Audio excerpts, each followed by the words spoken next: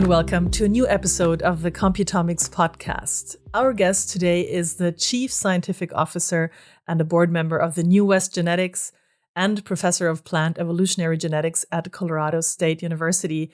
Welcome, John McKay. Thank you. It's nice to be here. Nice to have you here, and thanks for getting up extra early to talk with us, John. So it might hit you especially hard this early in the morning. We like to start a bit out of left field here at the podcast. I'm curious, what's the last thing you read, saw, or heard that inspired you in some way? The last thing I read that inspired me was either this week or last week's article from Nicholas Kristof in the New York Times about being optimistic about the state of the world today. Very on point. So our audience will be able to look that up with that data, and we'll jump into your work. What are your main research interests, John? So my sort of central interest is local adaptation and the process and theory behind that. So I've been basically working in that area more or less all of my career. And that includes empirical studies in natural populations and then applying that to domesticated species and crops. What domesticated species and crops have you looked at specifically, if you can, if there are few enough to enumerate them? Yes. So I've worked on rice, canola, maize, sorghum, hemp, camelina, and those are the main ones. The methods and theory apply universally, but the empirical work requires some customization as you move to different species. And can you go into a little more detail on that, like methodology that you have and the specific interests? Yeah. So what we ultimately, the methodology for the empirical work is quantitative genetic approaches and trying to measure phenotypes and understand the degree to which relatedness or genetics controls traits. These traits are also influenced by the environment.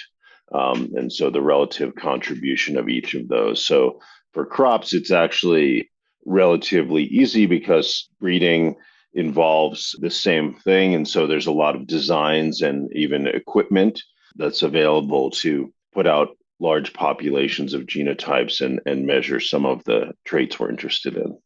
Mm-hmm. So these gene-environment interactions, if I understood you correctly, play a big role in most of your research that you're working on. What would you say are maybe recent results that were especially interesting with regard to gene-environment interactions? Yeah, so from the local adaptation, sort of pure evolutionary perspective, this idea, basically local adaptation is the special case of genotype by environment interaction. And it's where a population that is from a given area has higher fitness than a population that is not from there. And that change in fitness, change in rank in fitness across environments is the evolutionary kind of G by E we think about in local adaptation. And there's been strong empirical data that matches the theory for a long time there.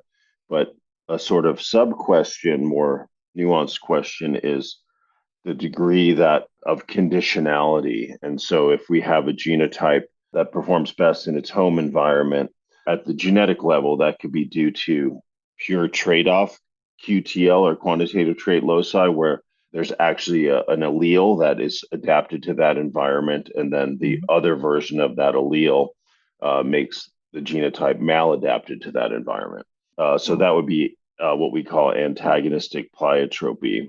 So that, the antagonistic part is that it's good in one set of conditions and bad in another. And the alternative is that there's conditional neutrality, so that under some environments, the two alleles have a large difference in fitness or in some other phenotype. But in other environments, there's no difference between the two alleles. They have the same phenotype or fitness.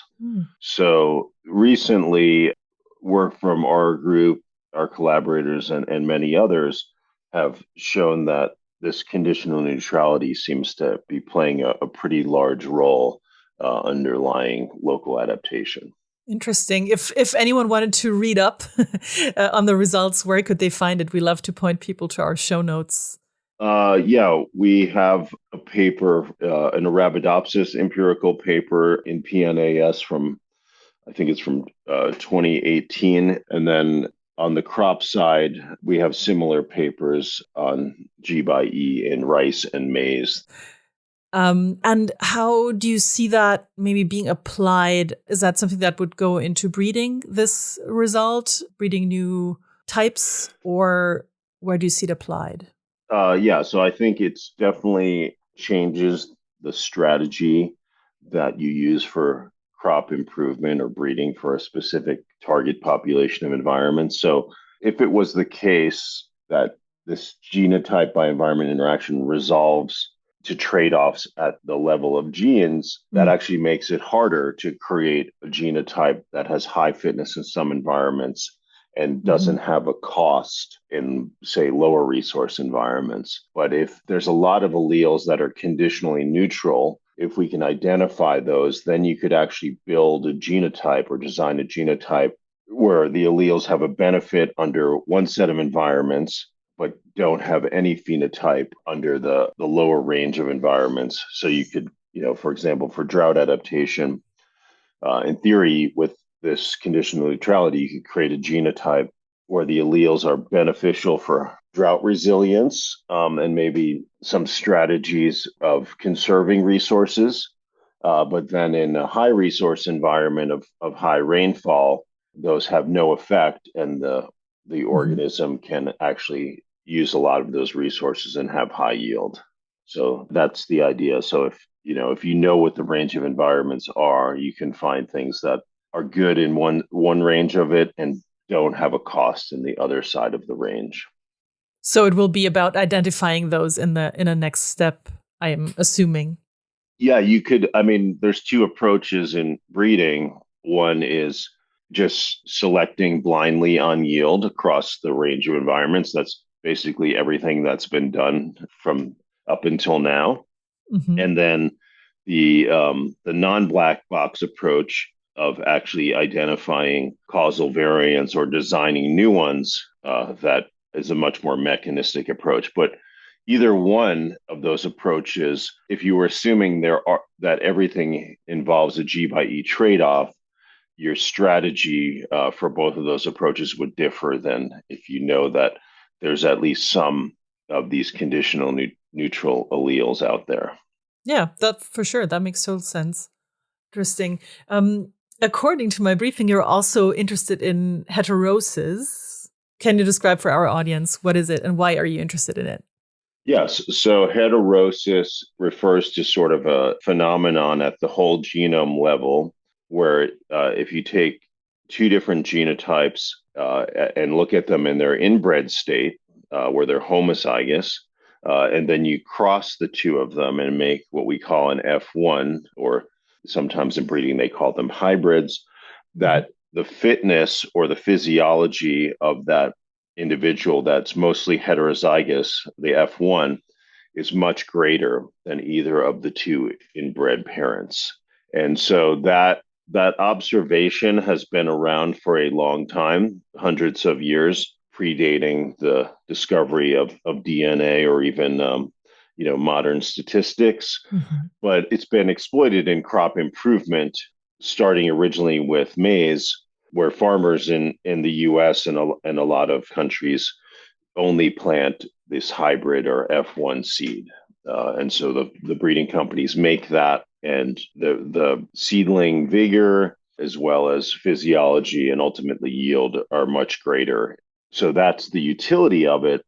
Statistically, it's just heterosis is a deviation from what we call additivity, and that's just if one parent was, a meter tall and the second parent was 2 meters tall, we would Mhm. expect the F1 offspring to be 1.5 meters tall. That's an additive situation. So Mhm. deviations from additivity we call dominance, and they typically have been treated as a statistical phenomenon without understanding the molecular basis of it.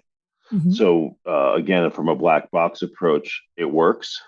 You can empirically find through a pretty labor intensive process individual genotypes that, when you put them together, create very good hybrids. But predicting that has not been a very successful enterprise. It's even for the companies that are spending, many hundreds of millions of dollars a year on breeding, they are mostly empirically determining that and not able to predict it well. Hmm. And you are interested in cracking that black box as well. I am. I mean, there's a lot of people have been interested in that for a long time.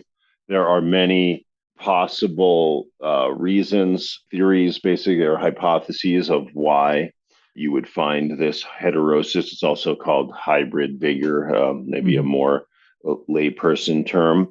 And the interesting thing is that there's basically some support for almost every hypothesis of That's heterosis. always tough. It is. Um, but the percent of the variance explained by each of those hypotheses is pretty small. Hmm. So, one that I'd say maybe is the most intuitive is this what we call masking of deleterious recessive alleles. So, if genotype A has a version of a gene that isn't very good, Hmm. so it's through the evolutionary process, it's become fixed for this not very good version of the gene. Then, if you were to cross that to genotype B, that offspring would have at least one good copy. And if genotype B's copy is dominant, Hmm. that is, it expresses itself into a phenotype more, that basically rescues that deleterious mutation or masks it, and so the individual's more fit. So that is certainly the case in some species, in some organisms, that they have these deleterious recessives, and heterosis is due to masking some of those. But for example, in the model system of Arabidopsis thaliana, it's highly selfing, and as predicted by theory, if you're highly selfing and you have two copies of a deleterious recessive, you go extinct. And so those are Hmm. a very low frequency in selfing species. So if you inbreed Arabidopsis further than it's already inbred, nothing happens. Hmm. They're basically, the offspring are just as good as their non-inbred parents. But if you take two inbred lines of Arabidopsis and cross them, you get a dinner plate sized rosette. So there's massive heterosis despite not having inbreeding depression. So that suggests that deleterious recessives are not involved in the heterosis phenomenon in species like Arabidopsis. So there's evidence for them in maize and mice, but then in other species, that's not what's causing it. And there's other hypotheses that are consistent with the phenomenon in other species. So I can see how you'd be fascinated with it. So many paths to explore, and also so many warring theories and hypotheses on what might yes, be at play. yes. But speaking of, you've mentioned maize a couple of times. In one of your projects, you're also trying to reduce maize N20 emission from synthetic fertilizers, right? Yes, that's a new project that we've been, of course, have some preliminary data and working on that previously, but we have a project starting sometime in 2025 that's funded by ARPA-E, which is part of the US Department of Energy.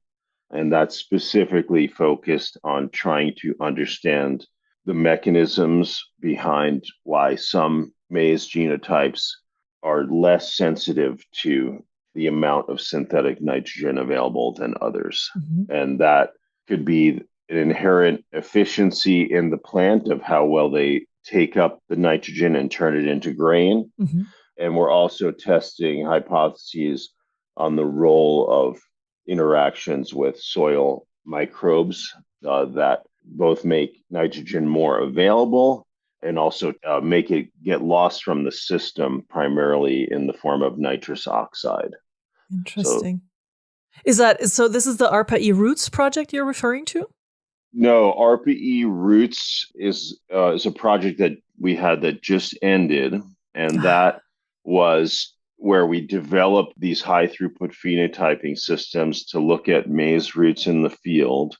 And we started using that to identify breeding lines as well as individual genes that affect or underlie variation in how maize responds to both water and nitrogen. And then we've, refined that into this new project that's focused specifically on the goal from the funding agency is reducing synthetic nitrogen inputs and Mhm. therefore the carbon intensity of the crop production. Right. So basically, you've taken some of the results from the Roots project and have put it towards a new project, a new research project that's now focused more on the emission aspect. Correct. Yes. Interesting. And as it pertains to the Roots project, what would you say are the main takeaways that you can share that you have shared with the community? Yeah. So we showed. I'd say there was some It's.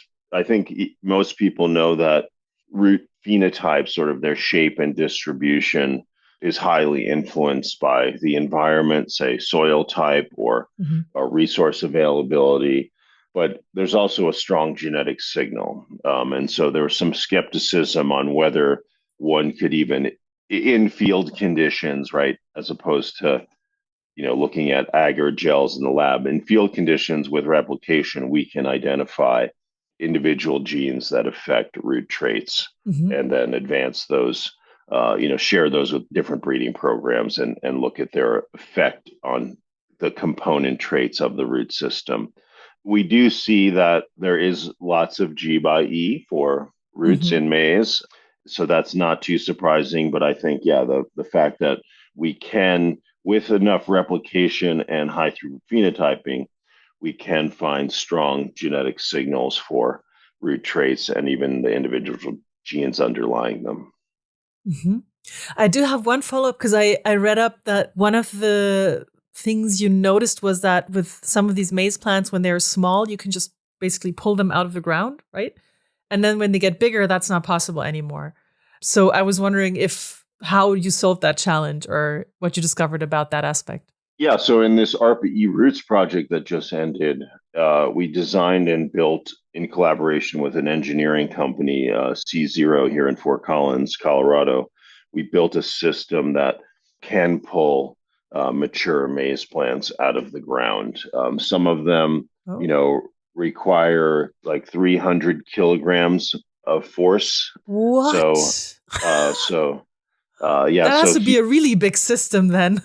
it's a large system, and one of the I'd say one of the things that we discovered that we did not predict at all is if you pull very slowly, which is Mhm. something a machine can do, and humans really can't at that level of force, that the accuracy or the degree to which the signal is genetic increases. So by pulling them Huh. very slowly and measuring the force, we get a strong genetic signal, and then we also end up with the intact root system that after we clean off the soil, we can image and extract features that describe its shape. Wow. So this is going to be a layperson's follow up, but what do you mean by genetic signal when you say you get a better or stronger genetic signal when pulling that way? Yeah, so we use this term heritability. So for a given experiment, you're basically asking heritability is the nature part of nature versus nurture. So Hmm. it's the degree to which related individuals look alike. In this case, they look alike in terms of their root biology and how hard they are to pull out of the ground. So if we, using the system with replication, the percent of variation in how hard it is to pull out of the ground root system that's due to genetics increases. That's what I mean. So heritability goes up using this system as opposed to digging them up or other approaches to sampling roots in the field. Wow. I don't know why that's blowing my mind so much, but it is. So maybe that's a great segue because unfortunately, as it always happens, our time is running short. If you could recommend to our audience anything to check out, recent projects, past projects, what would you tell them to check out and why? I would say one thing that to get back to the sort of heterosis piece, the role of understanding variation in copy number in genomes is a bit of theory that's nearly 100 years old. So the idea that duplicate gene models can evolve new functions is an old idea, but our ability to actually look to ask if genomes have copy number variation. So do they have multiple versions of a gene? So that's been greatly improved by sequencing and pangenome approaches.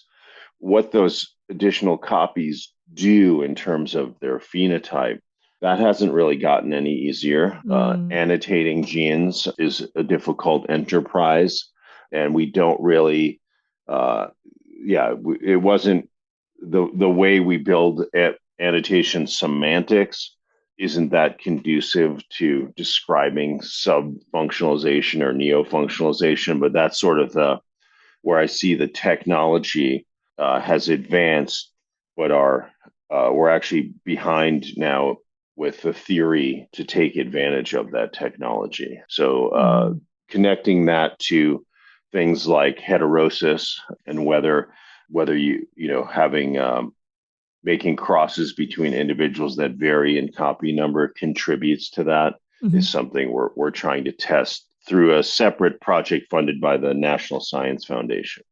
But that's sort of where my curiosity is centered around these days. I bet. What's the name of that project? The last one you just mentioned?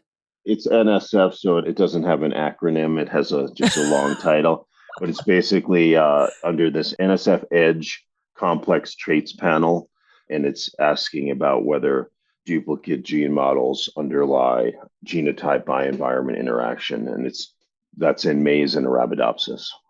Mm-hmm. And what's the runtime? So, like, if anyone were interested in seeing the results, when should they start looking?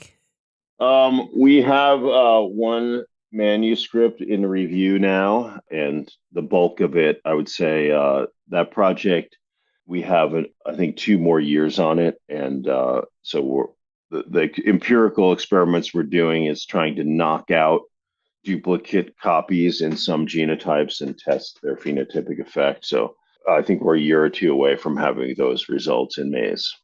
All right. So 2026, 2027, look out for some interesting input on that. Thank you, John, for the insights into your work and the projects you're involved with. And I hope you'll be back maybe in 27 to talk about those results. All right. Well, thanks a lot, and we'll get back to work. Thank you for listening in today. Want to learn more? Then check out our show notes and more info on computomics.com. If you have questions or want to propose a next guest, please reach out to us at podcast@computomics.com.